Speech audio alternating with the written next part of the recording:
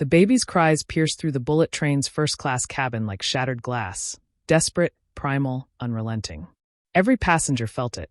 The way the air grew heavier, thicker, dangerous. Because it wasn't just the crying. It was the pheromones. Min-Jae Park sat in the private corner booth, jaw clenched so tight it could shatter steel. His 3-month-old son, Ji-hoon, writhed in his arms, tiny fists beating against his father's custom-tailored black suit. The baby's face was flushed crimson, drenched in tears, and nothing would calm him. But what paralyzed the other passengers wasn't the infant's distress. It was the alpha's scent. Dark, suffocating, volatile. Sandalwood and gunpowder rolled through the cabin in waves, sharp with the metallic edge of barely controlled fury. Min-Jae's glacier blue eyes scanned each face with lethal precision. The traditional Korean dragon tattoo coiling up his neck seemed to pulse with every ragged breath. No one dared complain. No one dared even look. Because everyone recognized what he was: apex alpha. Mafia royalty. Predator. And beneath that impenetrable exterior, something no one would ever suspect. Panic. Raw. Unfiltered. Devastating. His son was breaking apart, and the most powerful alpha in the underworld was completely, terrifyingly helpless. 3 months. 3 months since Yunseo had bled out in his arms, her last words a whispered plea. Protect him. 3 months since Ji-hoon's cries had become the only sound that could break through Min-Jae's iron control. The bottles didn't work anymore. The formula made him sick. And Min-Jae's own volatile pheromones were making it worse. His son could feel his father's instability, feeding the cycle of distress. The pediatrician's words echoed in his skull. If this continues, we'll need to hospitalize him. Failure to thrive is. Min-Jae had walked out before the doctor could finish. Now, trapped in this pressurized metal tube hurtling toward Seoul at 300 kilometers per hour, he was living his worst nightmare. His empire meant nothing. His reputation meant nothing. His son was suffering, and there was nothing he could do but hold him and try not to let his alpha rage tear through the cabin. The flight attendant approached with trembling hands, offering another bottle. Min-Jae's glare sent her scrambling backward. That's when he felt it. A shift in the air. A different scent cutting through the chaos. Rain. Soft cotton. Something clean and impossibly gentle. An Omega. Min-Jae's head snapped up, instincts flaring. His eyes locked onto a figure 4 rows back. A young man in an oversized cream sweater and wire-rimmed glasses, dark hair falling into his eyes. He looked like a university student. Soft. Harmless. But Min-Jae had spent 20 years reading people, and this one was wrong. The way he held himself too still. The way his eyes, sharp, calculating, haunted, tracked every exit. The deliberate looseness of his clothes couldn't quite hide the lean, coiled muscle underneath. This was no student, and he was staring directly at Ji-hoon with an expression Min-Jae couldn't name. The Omega stood abruptly, as if pulled by invisible strings. Min-Jae's body went rigid, one hand instinctively moving to the gun holstered at his side. Every passenger between them shrank into their seats. Don't. Min-Jae's voice was a low growl, barely human. Don't come closer. But the Omega kept walking, each step careful, deliberate. His scent grew stronger, that rain-clean gentleness wrapping around the cabin like a bomb. Ji-hoon's cries stuttered. Hitched. I said don't. Min-Jae's pheromones spiked, a warning that would send any sane Omega running. The young man stopped 2 feet away. Up close, Min-Jae could see the exhaustion carved into his delicate features, the shadows under his eyes, the way his hands trembled slightly before he fisted them in his sweater. When he spoke, his voice was barely above a whisper, but it carried absolute conviction. Let me help. I don't need. Yes, you do. Those dark eyes met his without flinching, and Min-Jae felt something in his chest crack. He's not just hungry. He's scared. He feels your panic, and it's destroying him. Truth. Brutal, devastating truth. Before Min-Jae could respond, the Omega closed his eyes and breathed. The change was instantaneous. His scent shifted, deepened, became something Min-Jae had never experienced, a targeted pheromone release so specific, so intentional, it bypassed every defense Min-Jae had. It wrapped around Ji-hoon like a blanket, soothing, maternal, impossibly safe. In omegaverse culture, this was sacred. This was claiming. This was something only bonded mates did for each other's children. Ji-hoon's cries cut off mid-sob. The baby's head turned toward the Omega, tiny hands reaching, grasping at air. A sound Min-Jae hadn't heard in 3 months broke from his son's throat, a soft, contented coo. Min-Jae's alpha biology screamed. Mate. Pack. Mine. His hands shook as Ji-hoon stretched desperately toward the stranger, his entire body straining. The Omega's eyes flew open, and for a split second, Min-Jae saw past the careful mask, saw grief, longing, and something feral that matched his own darkness. Then Ji-hoon made another sound, and the Omega's expression shattered. Without asking permission, he reached out. Min-Jae should have stopped him, should have broken his wrist, should have done anything but watch as those gentle hands lifted his son from his arms. Ji-hoon melted into the Omega's chest, went completely, utterly still. His tiny fist curled into the cream sweater, and he let out a shuddering sigh that sounded like home. The cabin held its collective breath. Min-Jae stared at the impossible scene before him, his son, peaceful for the first time in 3 months, cradled against a stranger who shouldn't exist, who'd just marked his child with Omega pheromones meant only for family. His voice came out raw. Wrecked. Who are you? The Omega's eyes met his, haunted, terrified, and utterly resigned. No one. But they both knew that was a lie. The silence in the first-class cabin was deafening. Hae-Won stood frozen in the aisle, Min-Jae's son, this dangerous man's child, curled against his chest like he'd always belonged there. Ji-hoon's breathing had evened out, tiny fingers still fisted in Hae-Won's sweater, and the relief flooding through Hae-Won's body was so visceral it hurt. He shouldn't be doing this. He'd promised himself he'd never use his Omega biology this way again. Never let himself become necessary to someone who could destroy him. But the baby's cries had shattered something inside him, and his instincts had moved before his brain could catch up. Around them, passengers stared with a mixture of awe and horror. An elderly beta woman clutched her husband's arm, whispering urgently in Korean. A businessman 2 rows up had his phone halfway out before thinking better of it. Because everyone in this cabin understood what they were witnessing. An unmated Omega, releasing parental pheromones. For an apex alpha's child. This wasn't just unusual. This was taboo. This was the kind of thing that started blood feuds in the old families, the kind of thing that got Omegas killed for overstepping their station or attempting to infiltrate powerful bloodlines. And Min-Jae Park, because Hae-Won knew exactly who this man was, had recognized him the moment he'd looked up, was staring at him like he couldn't decide whether to kill him or claim him. Sit. Min-Jae's voice was soft. Deadly. Not a request. Hae-Won's legs obeyed before his mind could protest.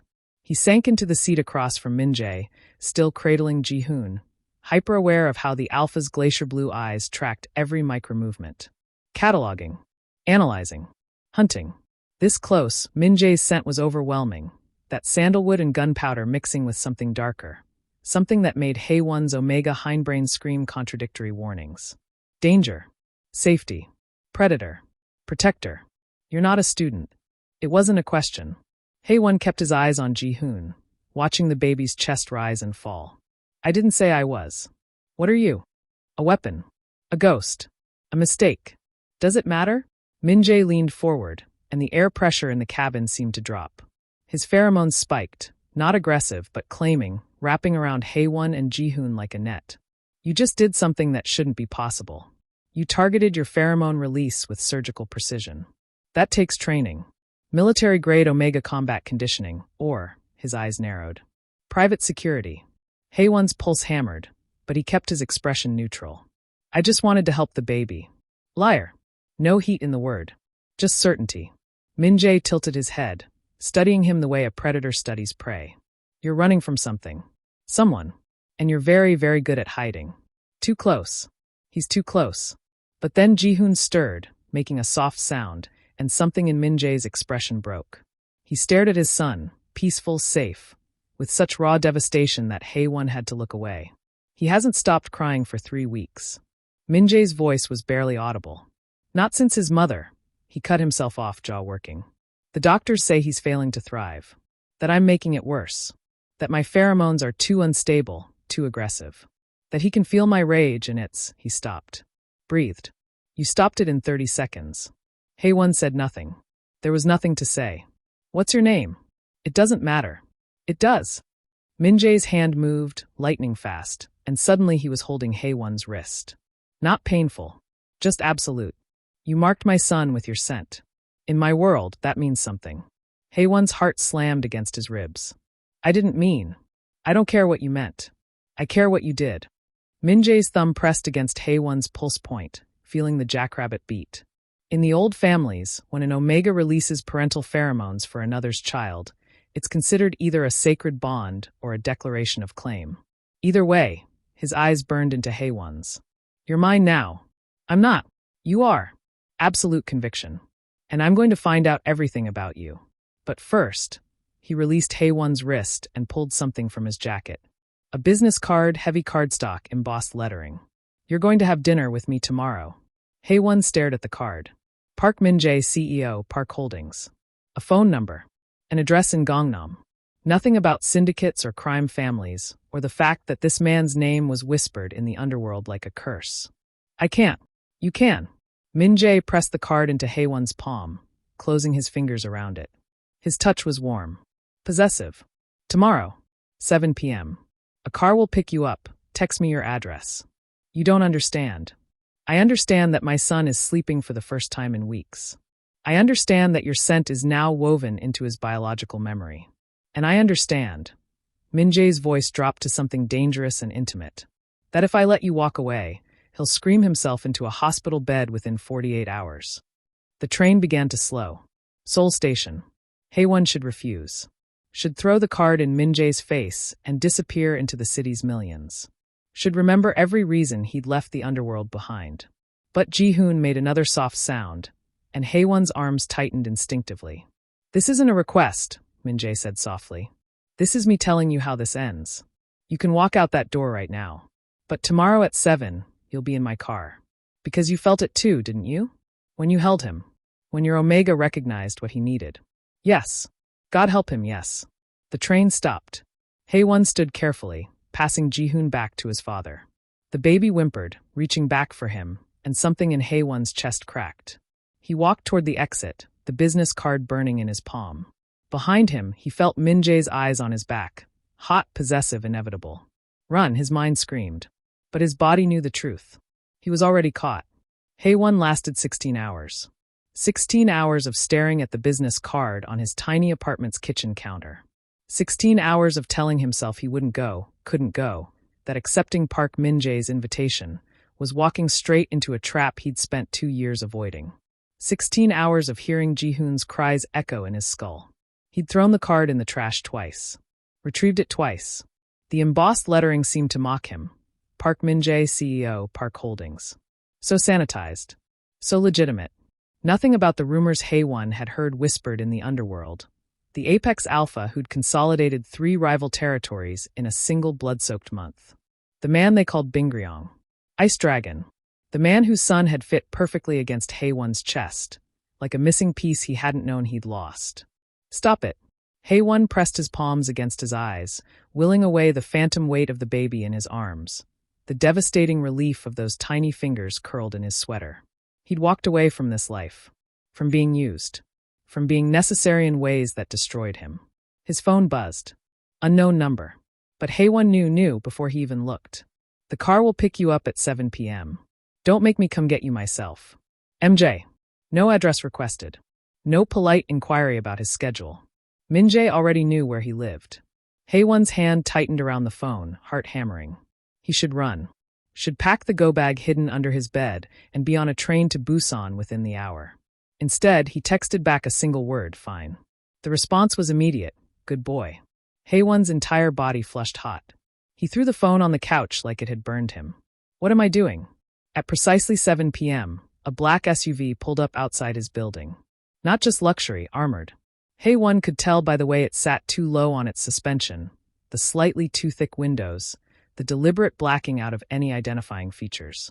2 men in dark suits stood flanking the rear door. Earpieces. Concealed weapons that weren't concealed at all if you knew where to look. They weren't bodyguards. They were soldiers. The taller one opened the door without a word, his eyes flat and assessing. Hae-Won caught the edge of a tattoo on his neck, traditional Korean style, partially hidden by his collar. The same style as Min-Jae's dragon. Oh! Hae-Won slid into the back seat, and the door closed behind him with the heavy thunk of reinforced steel. The interior smelled like leather and gun oil. Classical music played softly through speakers, something instrumental haunting. No one spoke as the SUV pulled into traffic. Hae-Won watched the city blur past, tracking their route with the automatic precision of old training. They were heading north toward Gangnam, but veering away from the main commercial district, toward the residential hills where old money built fortresses and called them homes. 20 minutes later, they turned onto a private road. No, it wasn't a restaurant, wasn't a hotel, wasn't anywhere public or safe or neutral. The SUV approached gates that belonged in a military installation. 12 feet of reinforced steel topped with cameras, so sophisticated Hae-Won could see the motorized tracking. Guards in tactical gear checked credentials. The vehicle was scanned underneath with mirrors. This wasn't wealth. This was war. The gates opened and Hae-Won's breath caught. The park estate sprawled across the hillside like a sleeping predator. All clean lines and dark glass, traditional Korean architecture merged with modern security design. Floodlights created overlapping fields of visibility. Hae-Won counted 6 guard stations. 8 cameras just on the approach. Pressure sensors likely buried in the manicured lawn. And everywhere, the subtle signs of violence held in check. Men with military posture. Motion sensors disguised as garden lights. The kind of defensive infrastructure that said, "We've been attacked before, and we're ready for it to happen again." The SUV stopped at the main entrance, where more guards waited. Through the mansion's windows, Hae-Won could see more people moving. Staff or soldiers, he couldn't tell the difference anymore. This wasn't the home of a CEO. This was the fortress of a warlord. The door opened. Min-Jae stood at the top of the stone steps, hands in his pockets, wearing a black shirt that fit like sin and slacks that probably cost more than Hae-Won's monthly rent. The traditional dragon tattoo was fully visible now, coiling up his neck and disappearing beneath his collar. His glacier blue eyes tracked Hae-Won with the focus of a predator that had just confirmed its prey was exactly where it wanted it. He smiled, sharp, dangerous, utterly without warmth. "Welcome home." Home. The word hit Hae-Won like a physical blow. He'd been an idiot. A naive, sentimental idiot who'd let a crying baby override 2 years of survival instincts. Park Min-Jae wasn't just wealthy. He was lethal. And Hae-Won had just walked straight into his cage. Min-Jae didn't wait for Hae-Won to process the compound's defenses or the armed guards or the reality of what he'd just walked into. He simply turned and walked inside, the clear expectation that Hae-Won would follow. Predator behavior. Established dominance through assumption. Hae-Won's jaw tightened, but his feet moved anyway. Through marble halls lined with art that probably cost more than most people's homes. Past staff who kept their eyes down and their movements efficient. Up a sweeping staircase where Hae-Won counted 3 more cameras and at least 2 concealed panic buttons. Then he heard it. The crying. Ji-hoon's desperate wails cut through the expensive silence like a knife, and Hae-Won's Omega instincts screamed. His pace quickened before he could stop himself, overtaking Min-Jae on the stairs. The nursery door was open. Inside, the room was beautiful, soft grays and whites, top-of-the-line everything. The kind of space designed by people who had unlimited money, but no idea what a baby actually needed. And in the center, in an elaborate crib that looked more like a piece of art than furniture, Ji-hoon thrashed and screamed himself hoarse. An older woman in a nurse's uniform stood nearby, clutching an untouched bottle, her face creased with worry and exhaustion. Hae-Won was moving before Min-Jae could speak. He crossed to the crib, hands already reaching, then stopped himself. Forced his arms down. This wasn't his child. This wasn't his place. But Ji-hoon had caught his scent. The baby's head turned sharply, cries stuttering. His tiny arms stretched out, grasping at air, and the sound that came out of him was pure desperation. Recognition. Need. Pick him up. Min-Jae's voice came from behind him, rough. Please. The please broke something in Hae-Won's resolve. He lifted Ji-hoon from the crib, and the baby immediately buried his face against Hae-Won's neck, inhaling in shuddering gasps. Hae-Won's Omega biology responded automatically, calming pheromones, gentle rocking, soft humming sounds he didn't remember making. Ji-hoon went limp with relief. The nurse made a soft sound of distress. Min-Jae dismissed her with a gesture. When the door closed, the silence was deafening. He's lost 8 ounces in 3 days. Min-Jae's voice was hollow. He won't take the bottle. Won't take formula. The pediatrician says if he doesn't start eating, we'll need to hospitalize him. Feeding tube. For nutrition. Hae-Won held Ji-hoon tighter, feeling the baby's 2 prominent ribs through his onesie. You lied to me. His voice was flat. Dangerous. This wasn't dinner. This was manipulation. Yes. The honesty surprised him. Min-Jae moved to stand by the window, silhouetted against the city lights. Park Holdings is real. I do run a legitimate corporate empire. But that's not what keeps people afraid. That's not what built these walls. He turned, and his eyes were emptier than Hae-Won had ever seen them. I'm the head of the Park Crime Syndicate. 3rd generation. We control everything from Gangnam to Incheon, smuggling, protection, information. The kind of family that's been in the game so long, we have politicians in our pocket and judges on our payroll. Hae-Won said nothing. He'd suspected, but hearing it confirmed was different. Yun-Seo, Ji-hoon's mother, was the daughter of an allied family. Our marriage was political. Necessary. She was beautiful, intelligent, and she gave me an heir. Min-Jae's voice cracked. She wasn't my mate. My alpha never recognized her that way. But she didn't deserve to bleed out on our bedroom floor while rival syndicate members laughed. Oh, the Kong family wanted to send a message. They succeeded. Yun-Seo died 2 months ago. Ji-hoon has been inconsolable since. Min-Jae's hands fisted at his sides. Until you. He crossed to where Hae-Won stood, stopping close enough that his scent, sandalwood, gunpowder, grief, wrapped around them both. Do you know what parental imprinting is? Hae-Won's throat tightened. Rare omega-child bonding. Usually only happens with birth parents or someone the child's biology recognizes as necessary for survival. Min-Jae's eyes burned into his. It's happening to Ji-hoon. With you. Your pheromones have become his safe space. His need. And if you leave now, if I let you walk away, the trauma could permanently damage his ability to bond. To trust. To thrive. You can't just. I can. Min-Jae's voice was absolute. Because I'll do anything to save my son. Anything. Even manipulate a stranger who was kind enough to help us. Hae-Won stared at him, fury and understanding warring in his chest. Ji-hoon made a soft sound against his neck, and his Omega hindbrain whispered, "Pup, safe, protect." 1 month. Min-Jae's voice gentled. Stay for 1 month. Help him through the critical bonding period. I'll pay you whatever you want. Protect you from whatever you're running from. Give you resources, security, anything. And after you're free. I'll have him transition to bottles. You can disappear again. Lies. They both knew it was lies. You didn't just walk away from the Park Crime Syndicate.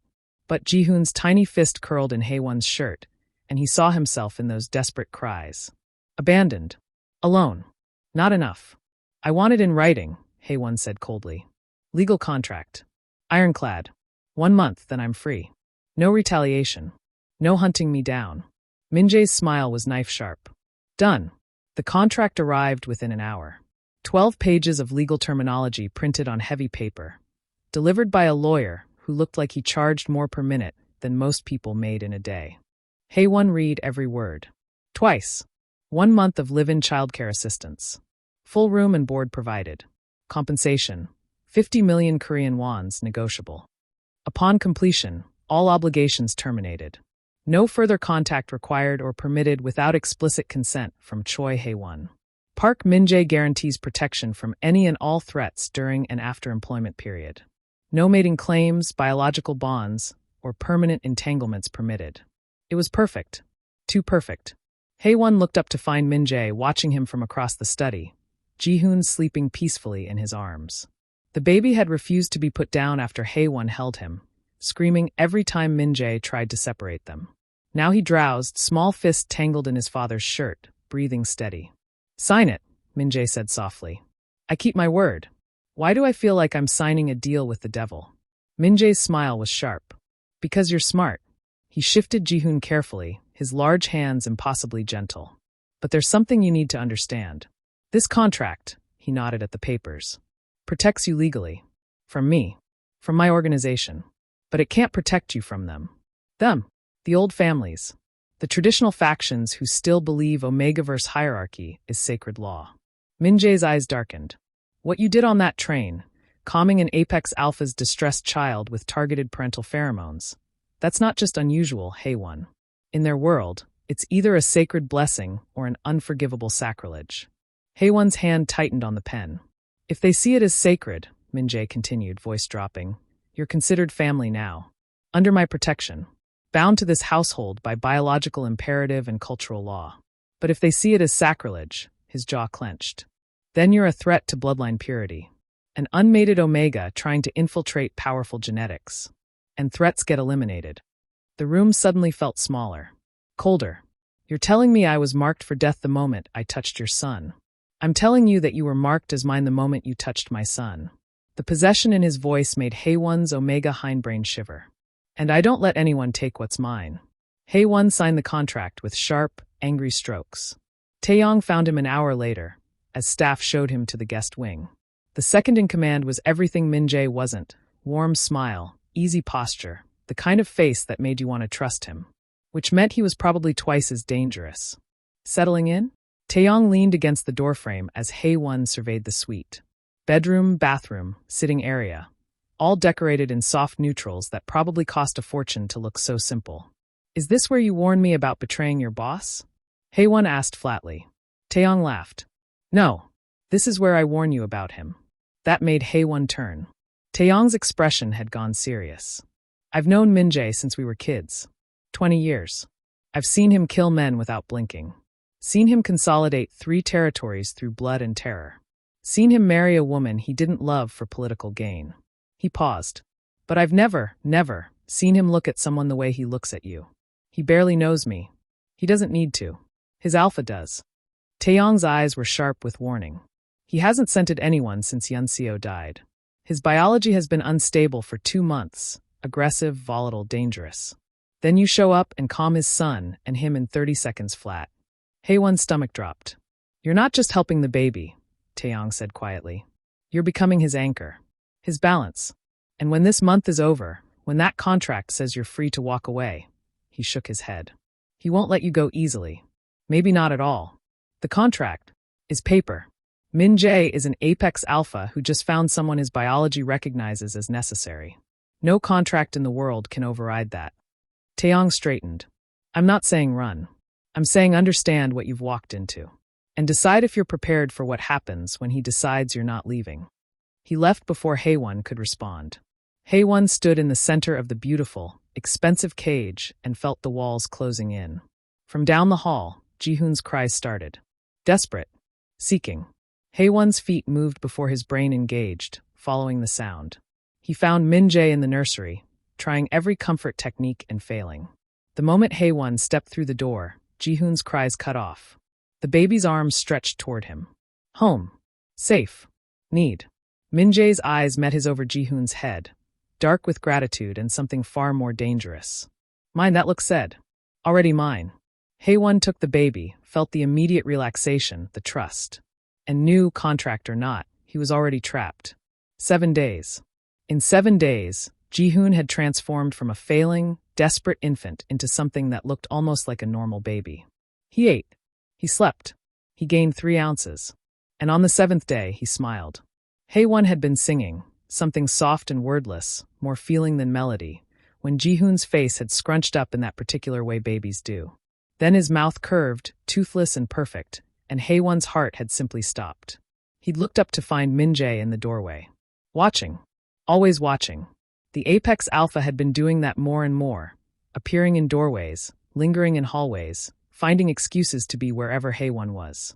His scent had started shifting too, losing the sharp edge of stress, becoming deeper. Warmer. The kind of alpha scent that whispered home and safe and mine to every Omega instinct Hae-Won possessed. It was terrifying. Now, as evening settled over the estate, Min-Jae appeared in the nursery again. Ji-hoon was down for the night, tiny chest rising and falling in perfect peace. We need to talk. Min-Jae's voice was careful. Controlled. Which meant whatever he was about to say was dangerous. About you. Hae-Won's stomach dropped, but he kept his expression neutral as he followed Min-Jae to the study. The door closed with a soft click that felt like a prison lock engaging. Min-Jae moved to the bar, poured 2 glasses of whiskey. Handed one to Hae-Won. I had you investigated. The glass froze halfway to Hae-Won's lips. Of course you did. His voice came out flat. Dead. Choi Hae-Won. 26 years old. Former elite Omega operative for the Choi crime syndicate. Min-Jae's eyes were glacier cold and burning hot simultaneously. Specialization. High-value target protection and extraction.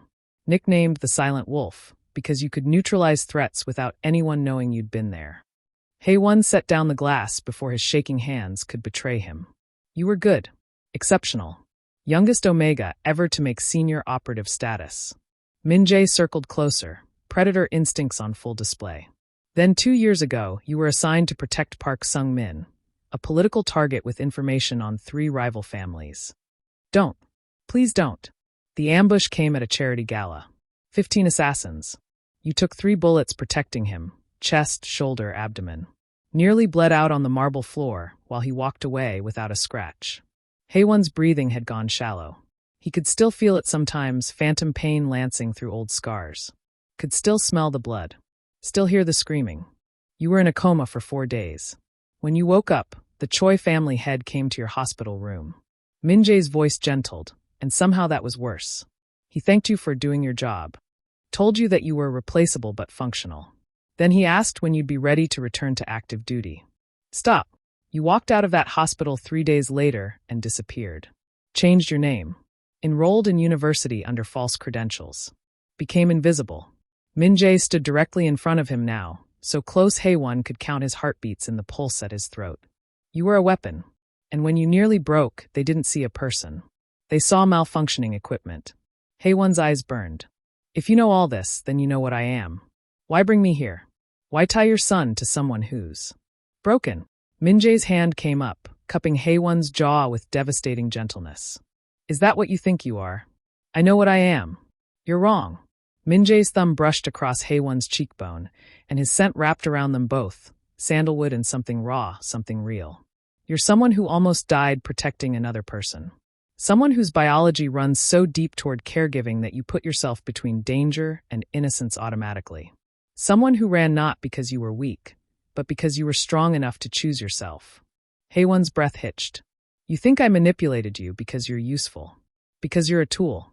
Min-Jae's eyes burned with something fierce. I brought you here because my son recognized what I'm only now beginning to understand. What? That you're not broken. Min-Jae's voice dropped to something raw. Honest. You're healing. And maybe I am too. The silence stretched between them, heavy with truth. I watched my wife bleed out, Min-Jae said quietly. Held her while she died. Promised her I'd protect our son. Then spent 2 months failing him every single day because I couldn't give him what he needed: softness, gentleness, peace. His hand was still cradling Hae-Won's face. You gave him that in 30 seconds. Not because you're a weapon. Because you're someone who cares even when it costs you everything. Hae-Won's walls were crumbling, and he couldn't stop it. Why are you telling me this? Min-Jae's smile was devastating. Because I'm broken too. And my son needs us both. 2 weeks, and the Park estate had become something Hae-Won had never expected. Home. Not his home. He couldn't let himself think that way. But a routine so natural it felt like breathing. Wake at 6 when Ji-hoon stirred. Feed him while watching sunrise paint the windows gold. Morning play while Min-Jae handled business calls, his deep voice drifting from the study. Afternoon naps where Hae-Won caught up on sleep he hadn't realized he'd been missing for 2 years. And everywhere, always, Min-Jae's presence. Not hovering. Not controlling. Just there. Passing Hae-Won a bottle before he asked. Taking Ji-hoon for diaper changes with practiced efficiency. Their movements around each other becoming synchronized like dancers who'd rehearsed for years instead of days. It was dangerous. This ease. This rightness. On the 14th night, Hae-Won found Min-Jae in the nursery, standing over Ji-hoon's crib with an expression of such raw longing it hurt to witness. He looks like her, Min-Jae said quietly. Yunseo. The shape of his eyes. His smile. Hae-Won moved closer, unsure if comfort was wanted or welcome. But he has your stubbornness, he offered softly. Your strength. Min-Jae's laugh was brief. Broken. I want him to know where he comes from. His mother's grace. His grandmother's fire. He turned, and his eyes were molten. But I also want him to know gentleness. Softness. How to be held without fear. You give him that. No. Absolute certainty. I give him protection. Power. A legacy built on blood and control. But you. Min-Jae's hand lifted, almost touching Hae-Won's face before dropping. You give him peace. The air between them felt charged. Electric. There's a song, Min-Jae said suddenly. My grandmother sang it. Traditional lullaby. I want him to know it. To carry that piece of his heritage. His jaw worked. Will you learn it? So he can hear it in a voice that means safety. Hae-Won's throat tightened. Show me. Min-Jae moved behind him, so close Hae-Won could feel his body heat. His hands came to rest over Hae-Won's, guiding them to Ji-hoon's small back, teaching the gentle rhythm of patting that accompanied the melody. Then he began to sing. The language was Korean, the tune ancient and haunting. Min-Jae's voice, rough from years of giving orders, demanding obedience, softened into something achingly tender. His breath ghosted across Hae-Won's neck as he taught each phrase, each rise and fall. Jaljar-a, Yuri a-gi, he murmured. Sleep well, my baby. Hae-Won repeated it, his voice blending with Min-Jae's. Their hands moved together over Ji-hoon's back. Their scents mingled, sandalwood and rain, gunpowder and cotton, alpha and omega creating something entirely new. Kum soj hengbok, Min-Jae continued, his voice barely above a whisper now. Happiness in your dreams. Ji-hoon made a soft sound, settling deeper into sleep. They stood like that for long minutes, Min-Jae's chest against Hae-Won's back, their hands layered together, voices twining around a melody older than either of them. I can't give him gentleness, Min-Jae breathed against Hae-Won's ear. But you can. Then he stepped back, taking his heat with him, leaving Hae-Won's skin cold and aching. That night, after Min-Jae had retreated to his office for late calls with suppliers in Japan, Hae-Won returned to the nursery. Ji-hoon had woken fussy, and Hae-Won sang the lullaby alone, stumbling over pronunciation, probably butchering the tones, but pouring everything he couldn't say into the melody. I see you. I'm here. You're safe. He didn't know how long Min-Jae had been standing in the doorway. When Hae-Won finally looked up, the apex alpha was frozen there, one hand braced against the frame like he needed the support. His eyes were bright. Too bright. And his scent. God, his scent. It had changed completely. No more sharp edges or metallic stress. Now it was warm cedar and smoke, deep and enveloping and so intensely claiming that Hae-Won's omega biology responded with a full-body shiver. Mate. Alpha. Home. Min-Jae's chest rose and fell like he'd been running.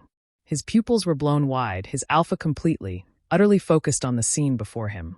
Omega cradling his child, singing his grandmother's song, scent marking his nursery as theirs.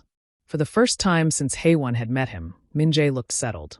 Like something fundamental had clicked into place. Like chaos had finally found order.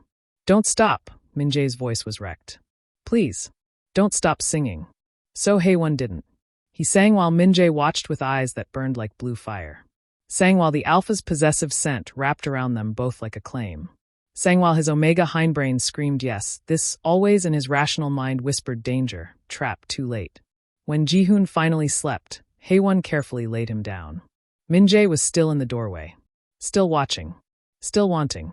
16 more days, Hae-Won said quietly. A reminder. A plea. Min-Jae's smile was devastation. 16 more days until I stop pretending I can let you go. Day 21, and Min-Jae was unraveling. Hae-Won saw it in the way the alpha's eyes tracked him across rooms, hungry, possessive, barely restrained. Felt it in how Min-Jae's scent had gone from warm cedar to something darker, headier, thick with need. Caught him once, standing in Hae-Won's room, holding one of his sweaters, breathing in the scent like a drowning man finding air. The staff noticed too. They gave Min-Jae wider berths, spoke in hushed tones. Taeyong had pulled Hae-Won aside that morning with a simple warning. He's close to breaking. Be careful. But Hae-Won was breaking too. Breaking every time Min-Jae's hand lingered on his lower back while they passed Ji-hoon between them.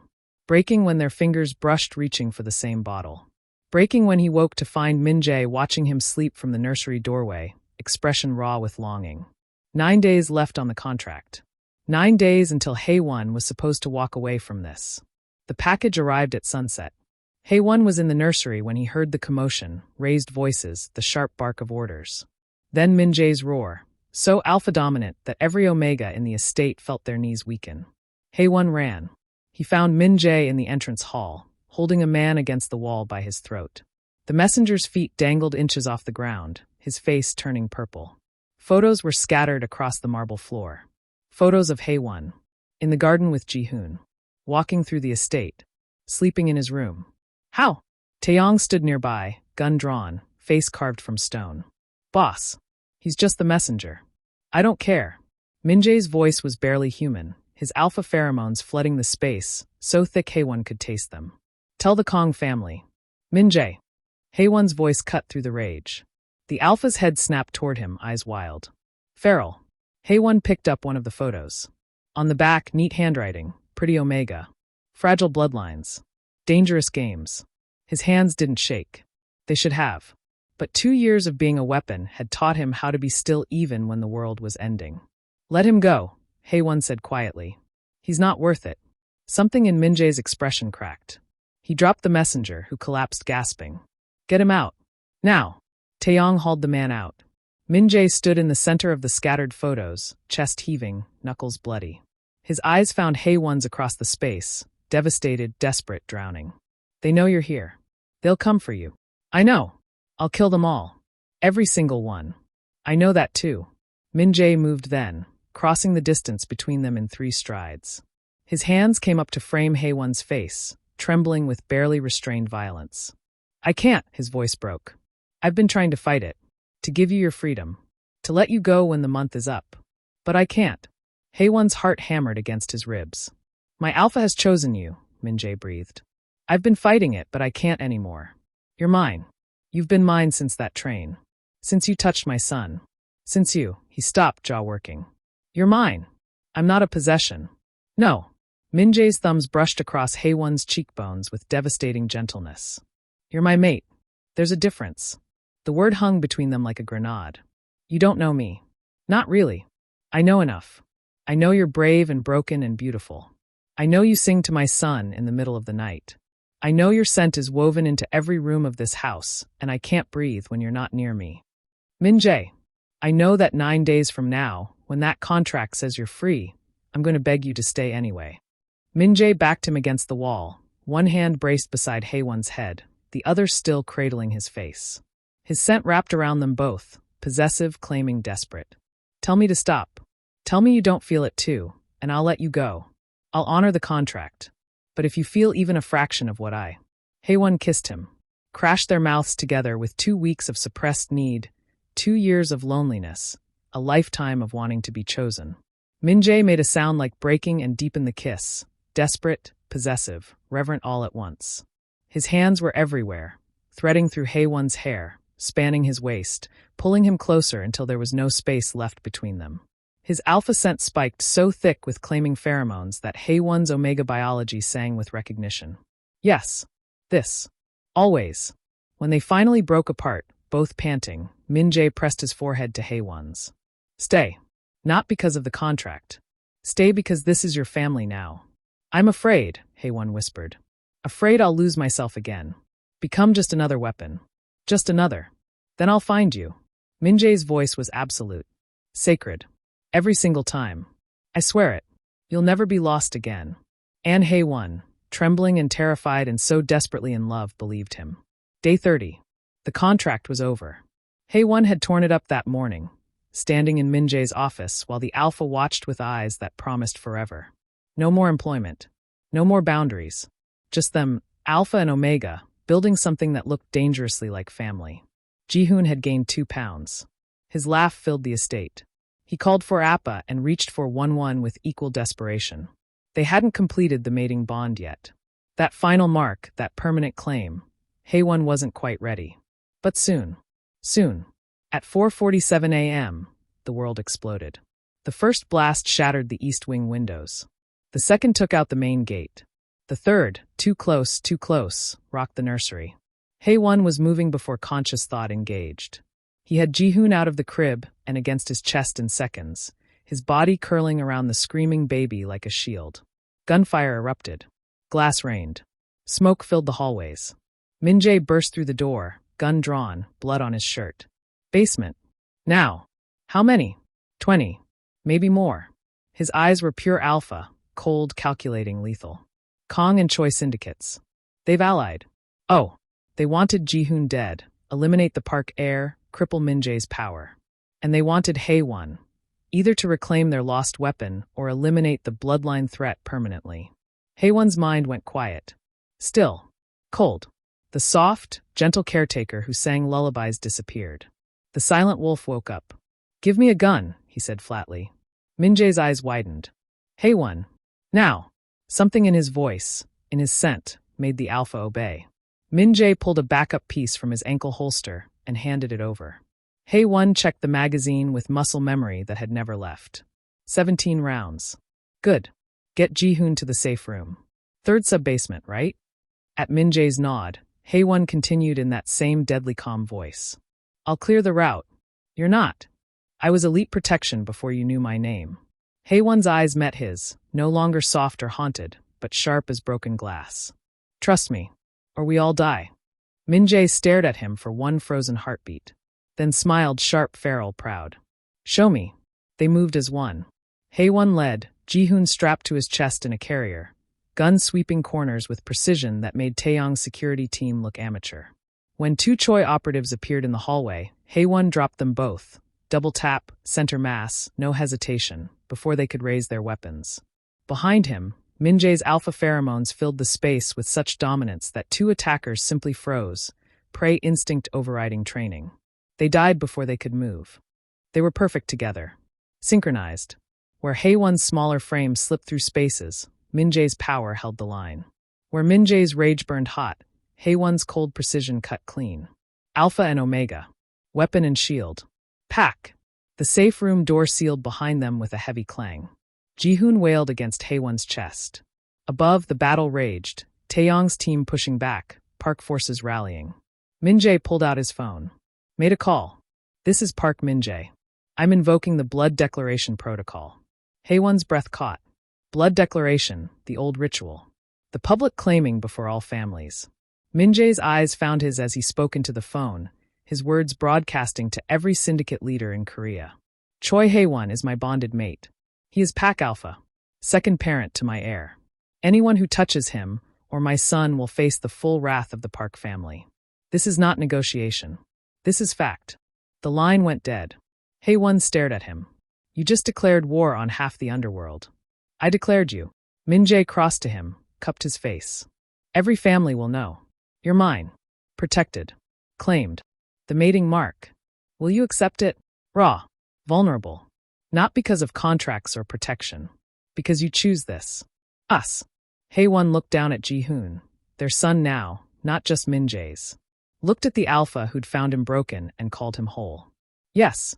Min-Jae's kiss was claiming and reverent. Then he bared his neck, the ultimate submission from an apex alpha. Offering the bond as choice, not dominance. Hae-Won's teeth found the mating gland, and he bit.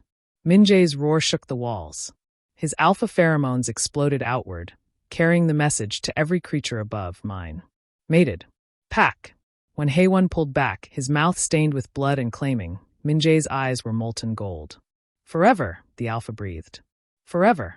Dawn broke over the estate, scarred, smoking, but standing. Bodies were being removed. Damage assessed. The Kong and Choi forces had retreated when Min-Jae's declaration spread, when they realized they weren't just fighting the Park family anymore. They were fighting a mated pair. Min-Jae stood on the balcony, Ji-hoon drowsing in his arms. Hae-Won joined them, still blood-stained, the fresh mating mark visible above his collar. This is only the beginning, Min-Jae said quietly. They'll come again. Hae-Won leaned into his alpha's side, scenting their son's peaceful sleep. Let them come. Their eyes met, Apex Alpha and Elite Omega, both deadly, both broken, both finally whole. We're stronger together. Min-Jae's smile was knife-sharp. Promise and threat. Always. The war for the Park Empire had begun. But this time, the Apex Alpha had his mate. And the Silent Wolf had found his pack. Buckle up. End.